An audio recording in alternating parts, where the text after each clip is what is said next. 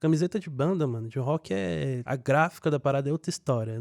Eu tenho uma paixão enorme por esse tipo gráfico. E aí eu comecei a consumir bandas, até que eu cheguei numa banda que se chama Bring Me The Horizon. E o Oliver Sykes, que é o vocalista da banda, ele tem uma marca chamada Drop Dead. Na época ele tinha uma linha de roupa que era muito foda. Era um gráfico de estampa que eu nunca tinha visto na vida. E lembrando que tem uma Drop Dead nacional. Essa Tem. Drop Dead é da gringa, é Europa.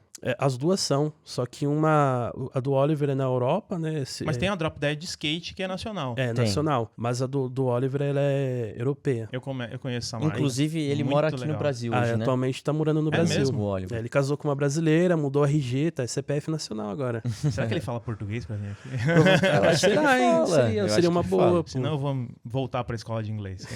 Mas acho que ele fala um bromation ali, dá pra conversar. Legal. E aí, como é que foi? E aí eu falei, cara, é muito louco essas artes, né? E aí eu fui consumir quem fazia essas artes, que era o Michael Shantz e o Keaton Hanson. E um adendo ao Keaton Hanson que eu sempre coloco em pauta ele pra falar que ele era daltônico. Então a estampa dele tinha sempre assim, ele usava um bege pra preencher o desenho e um marrom pra contornar. Então, tipo, ele trabalhava com as cores que ele conseguia identificar pra montar as estampas. E eu falava, cara, isso é muito louco, sabe? E aí eu juntei mais um amigo dentro da casa dele, eu peguei um dinheiro, a gente comprou na época na Galeria do Rock camisetas lisas, compramos a tela, emoção, fizemos uma estufa dentro da casa dele, a gente mesmo, e ali a gente aprendeu a queimar a tela e a passar o rodo na camisa. A gente, foi tudo ali, tudo a gente fazendo a handmade mesmo. E a marca no começo se chamava Wolverone, e a gente fazia por vontade, assim, sabe? Tipo, a gente fazia e vendia 40, 50 reais para as pessoas que a gente conhecia, para amigos. E isso depois veio se tornar uma outra marca, que se chamava, na época, Infected Monster, que tinha essa mesma vertente da Drop Dead, que ela colocar estampas grotescas, com monstros bem diferentes. E foi aí que eu comecei a ganhar meu primeiro dinheiro, mas a marca não deu certo e tal, e aí eu fui para um outro mundo, conheci outras pessoas, e aí eu comecei a viver de camisetaria. Você conhece a camisetaria? Uhum. Eu fazia estampas, upava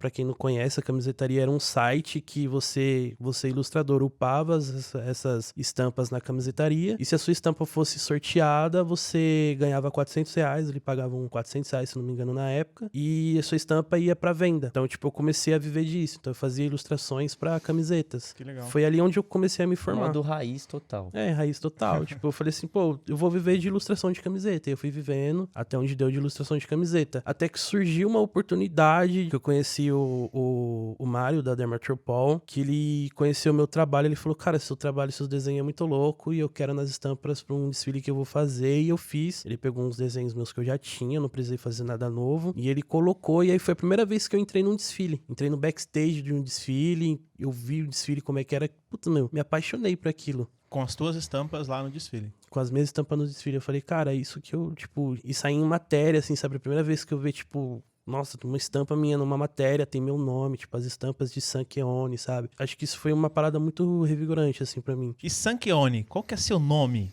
Cara, meu nome verdadeiro é Rodossan. Rodossan do quê? Rodossan Klein. Aí vem o da Silva, né? Que todo mundo tem que ter no Brasil, da Silva. Que aí, quem mais tem Silva aí? E Tem Silva?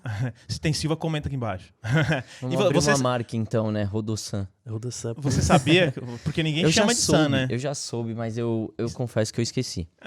San Que ninguém tipo... Até às vezes tu esquece, né? Pô, qual é o meu nome? É que eu não gosto muito de falar meu nome, porque, tipo, pra você falar tem que ter uma dicção, ou já tem que conhecer bem. Em hospital eu passo vergonha. Sabe a origem? Meu pai se chama Ronaldo, ele tirou o Nau, colocou o Rodô e acrescentou o San do lado. E aí o San não sei porquê, mas ele disse que é essa a linha. Criatividade sempre presente, desde Sempre sempre. presente. Olha só, que interessante. Meu pai já desenhava, meu irmão é tatuador, ele desenha também, então a família inteira já vem de um processo artístico, né? Capricha na hora que tiver feliz colocar uns nomes criativos também, hein? Legal. E aí, como que foi a entrada nesse universo de desfile? Como que tu passou a ter os desfiles da tua própria marca, que é o que tu faz hoje, né? Demorou muito, foi uma transição muito demorada, assim, na minha vida. Eu tive um processo bem longo pra descobrir o que eu realmente queria. O meu desfile foi esse ano, em fevereiro, meu primeiro desfile autoral, onde eu usei peças de upcycling, veio através de uma necessidade, né? Como eu falei em outros lugares, em outras vezes, de realizar um projeto autoral tendo um custo pouco. Então eu comecei a desenvolver peças através do upcycling. Foi uma transição muito foda, que eu tive que acordar cedo, garimpar, que era um mundo que eu não tinha entrado. Legal. Depois vamos se aprofundar um pouco mais nesse tema, que é um tema que tá bem alto, né? O upcycling, a galera consumindo muita moda brechó, né? Tá, demais. E, Rodolfo, você, como que foi começar a empreender nesse universo? Passar de um simples consumidor da moda street pra começar a empreender? Pô, vamos lá. É uma história muito louca, falar a real. Até forte, assim, colocar tudo isso pra fora, né? Mas na minha adolescência, isso foi tomando conta dentro de mim. E assim, minha vontade mesmo, por conta do meu pai e tal, aquela coisa mais familiar, era seguir na arquitetura. E aí, em determinado momento, eu peguei e falei, me imaginei, né, fazendo pro resto da vida, eu falei, pô, não é isso, cara. E aí começou a despertar um desejo muito grande de ter uma marca, de criar alguma coisa e tal. E nesse meio tempo, enquanto isso, eu parei de estudar, larguei a escola, assim, o ensino médio com uns 16, 17 anos, por conta de uma depressão que eu comecei a entrar e não entendi o que estava acontecendo comigo. Meus pais também não entendiam muito bem. Tipo, e aí, você não vai pra escola hoje? E eu falava, eu não consigo ir pra escola. E assim, eles sempre foram bem rígidos nesse sentido, né? Tipo, não, você tem que estudar, tava doente, vai pra escola. E só que aí começou a rolar isso, assim, de forma intensa, assim, que eu realmente não conseguia sair do meu quarto. E isso foi passando por psiquiatra, esse tipo de coisa, né? Tentando entender o que acontecia. Meus pais faziam muito uma conexão com as drogas, assim, tipo, é porque ele tá fumando maconha. E não era bem isso, né? Era bem mais profundo. Nesse meio tempo que aconteceu tudo isso, eu tive alguns trabalhos informais e tudo mais. Nada de carteira assinada, assim. E aí, durante essa depressão, assim, esse estado depressivo, eu tive meio que um gatilho, assim, como se fosse uma intuição mesmo. Pô, a marca é uma pílula. Do nada, assim, tipo, simplesmente eu tive essa resposta. Naquele momento eu não entendi muito, porque eu não fiz essa conexão de, tipo, depressão, remédio, pílula. Foi muito natural, assim, e eu só tinha essa certeza e essa convicção muito dentro de mim que a marca era uma pílula. E aí comecei esse sonho, comecei essa busca. Um pouco antes disso, eu colava muito no rolê de música eletrônica também. Inclusive, acabou com alguns anos meus de vida. E aí, a primeira marca que eu tentei, assim, comecei a desenhar e tudo mais, projetar, vamos dizer, era mais nessa pegada psicodélica. E aí, não deu certo, assim. Não era a Peel ainda. Não era. Engavetei, e aí depois surgiu a Peel. Aí começou uma jornada, assim, de, mano, como é que eu faço pra ter uma marca, né? Tipo, qual que é o primeiro passo e tudo mais. E aí é onde que a gente se cruza, eu e o Sam, assim, nossa história se cruza. Lembrei como a gente se conheceu. O Sam, num grupo de Facebook, voltando naquela coisa, né, de rap, trap e tudo mais, tinha feito uma camiseta do Travis Scott em 2015. Foi uma releitura. Na real, não foi nem do...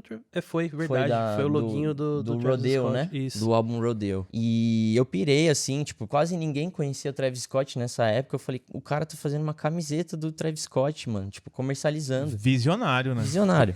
E aí eu falei, mano, preciso dessa camiseta, né? Tipo, essa coisa de expressão e tudo mais, né? Que a gente comentou antes. E aí encontrei com ele no metrô, né? Foi pra levar a peça. Falei, mano, eu levo pessoalmente mesmo. E aí a gente bateu um papo lá e tal. Falei, pô, eu tenho vontade de ter uma marca e tudo mais. Aí eu lembro exatamente o que ele falou. Ele falou assim, quando tiver mais concreto, você me procura de novo. E nisso passou acho que uns 2 aninhos. Foi 2 anos. 2 anos eu voltei e falei, ó, tá aqui, ó. Eu tenho a marca, tudo assim, todo o projeto já, como eu quero, né? Estética e tudo mais, conceito. Como é que eu faço? E aí ele indicou o Mofo, né? Foi. Cara que trabalha há muito tempo no mercado já. E aí foi o primeiro passo que a gente deu ali, sabe? De começar a se descobrir também como marca, né? Tipo, se descobrir também como designer e tudo mais. Fui me encontrando nessa parte criativa dentro da marca. E aí foi embora. Você acaba de assistir mais um corte do Marcas Podcast. E pra você assistir esse episódio na íntegra, é só clicar aqui e já se inscrever no canal, que todos os episódios estão completos.